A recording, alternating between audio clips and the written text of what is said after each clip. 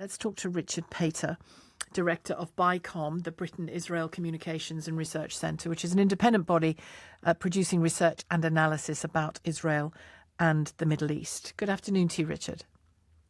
Good afternoon. Thank you for having me on. What's been striking over the weekend is the warnings from a number of senior voices in the US government about how Israel must conduct this phase of the operation. Yes, we've heard those voices, and I think to a large extent Israel shares those concerns. I mean, I think, as you mentioned, or we should be clear, Israel is targeting Hamas military infrastructure, operatives, command and control, and the fighters themselves, and makes a clear distinction never to target and to avoid at all costs any innocent civilians being caught up in the fighting. And as you mentioned before, the series of warnings that are going ahead are all part of that approach to remove the civilian population to allow the military just to target the combatants.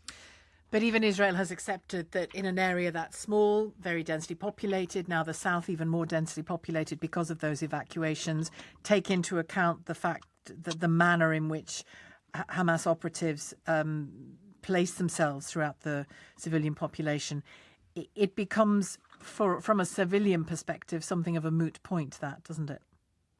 I'm not sure it's moot. I think it's still relevant. I acknowledge that it's going to be far more difficult and complex, the nature of the combat in the south as opposed to the north, because, as you've said, the civilian population have been able to flee to the south, and now in the south they're now having to do it specifically neighbourhood by neighbourhood in terms of the evacuations before the IDF go in, and it's a very difficult task. But essentially, this was a war brought upon Israel by Hamas decision that they made on October the 7th, and Hamas bears the responsibility also towards their own population. The reality for Israel, though, is it has and this has been true in other wars as well. I was hearing one veteran of such wars commentating a couple of weeks ago now, saying, Israel knows, the Israeli government knows, it always has, from an international perspective, it always has a window in which it can operate. And that this time that window would be bigger because of the horrors of October the 7th, but it wouldn't be endless. I think that's right as well. I mean, the problem is that the assessments that I hear is that we should be prepared that this sadly could go on for weeks and months. The objective to decommission Hamas's potential to threaten Israel in the future and to eradicate its leadership is going to be a very difficult and complex task. And you're absolutely right that they're working on different timetables here, both the timetable of the international community and how much bandwidth they're prepared to give the Israel the benefit of the doubt to continue, whilst also the military needs to continue to try and achieve their aims on the ground. And of course, an awful lot of Israelis will say, and are saying, you hear it a lot, saying, look, on the one hand, of course, we see the pain of Palestinian civilians. Bring our hostages, free our hostages, stop this existential threat against Israelis, and we can talk politically, but it has to be without Hamas. I mean, that's essentially the Israeli position here, isn't it?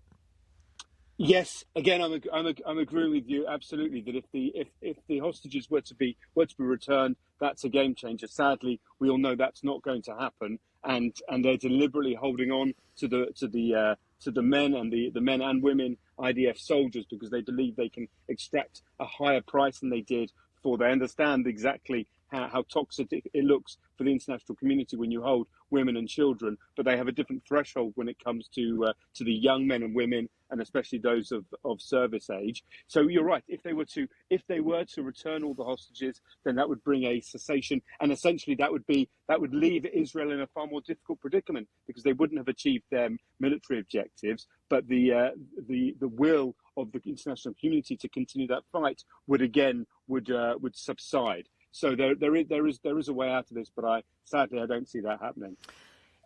Are you able to say, or is anybody able to say really with any certainty, the degree to which talks under the radar are still going on, or have they completely collapsed? And I don't just mean about the hostages, clearly that would be central to it, but about what happens next. Because this week on the programme I'm going to be doing a number of conversations with people from different perspectives on this, what the options are when this awful war is over. So the formal negotiations that were being facilitated by the Qataris and the US over the hostages has broken down. Israel still keeps a track open via the Egyptians, and the Egyptians historically have played a very important role in this. And I think we should be looking to the Egyptians similarly on the day after as well to similarly play a role, along with the rest of the pragmatic Sunni Arab world that can be a force for good in helping the redevelopment of Gaza. There's not, I mean, before we know what the end game looks like, it's very difficult to talk with any accuracy. But the idea is that some, I suppose, in the best case scenario, a technocratic Palestinian leadership would evolve, essentially being of native Gazans or from what Palestinians from the West Bank, that would, unlike the incarnation in the current West Bank, that incites against Israel and pays money to the terrorists and their family and incentivizes terror attacks, will have a different format and therefore be something that the international community can get behind and hopefully develop the long term for Gaza. I mean, the difficult thing there, I mean, I'm telling you stuff you know, obviously, but the difficult thing there is how do you create that more recognizable form of governance when you have not just Hamas there, but other Islamist groups, splinter groups, factions within Hamas? They're not going to go away easily, are they? No, they're not. I'd like to give an example and point to kind of for something positive and inspiration, some of the Israeli Arab leadership. These are Israelis that are full citizens of Israel, and one politician in particular, Mansour Abbas, who's actually the leader of the Islamic Party. And if you listen to him, I well recommend, if you can get him on your show, I highly recommend it, because here is a leader. He's a member of the Knesset in Israel, isn't he? That's right. Yeah. That's right. And he speaks and understands kind of the nature of Hamas and the horrific terror attack that they carried out. And he talks about coexistence and about understanding and building bridges between a pragmatic Islamic leadership and that of the Jewish state. And I think that sort of leadership is most welcome. And hopefully they will find a Palestinian partner that will also can reciprocate that as well. Well, that would be wonderful. And yet the current backdrop doesn't look anything like that, does it? And I read here that Hamas in Lebanon this morning has issued a statement calling for young Palestinians to enlist and join what it calls the vanguards of Al-Aqsa Flood. That's the name given to the October the 7th attacks. And the statement calls for the continuation of such attacks, which they claim has achieved a great deal for the Palestinian people. And on they go. I mean, it is how you extricate the terrorism from the potential for government is the central problem, isn't it? The central challenge.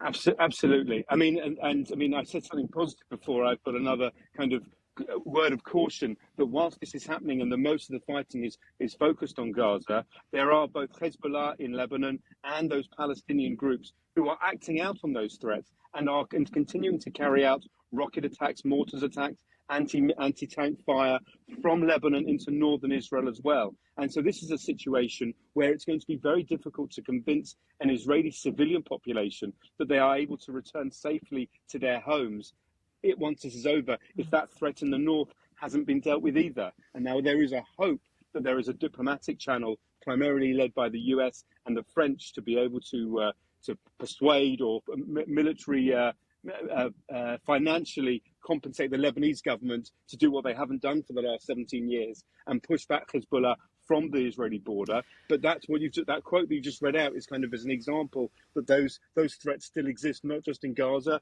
but in the north in Hezbollah and also from the West Bank as well. And what to be tough for a minute on the current Israeli government, what about the West Bank? Because all eyes are on Gaza, but many eyes are on the West Bank as well, where even before October the 7th, Netanyahu knew he had a problem growing there. And the Palestinians know they have a problem there, which is illegal settlements and attempts to grow them and push them further and further into the West Bank. I mean, that's not just a failure of the Israeli government, is it? That's an international failure, isn't it, to make sure that those legal boundaries are observed?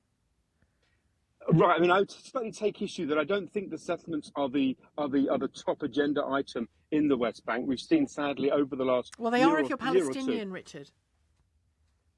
To an extent, but not necessarily, and I'll explain why. If you look at the details of the map, Palestinian autonomy under the Palestinian Authority is able to grow and thrive aside from what they refer to as Area C, which is where the settlements are. And so there is a lot of other issues about governance and sustainability and democracy and anti-corruption, which are on the Palestinian internal agenda within the West Bank. And the second side factor we've alluded to already is that Hamas and other Islamic terror groups are also thriving and operating in the West Bank, and that also is probably the top level threat to stability in the West Bank.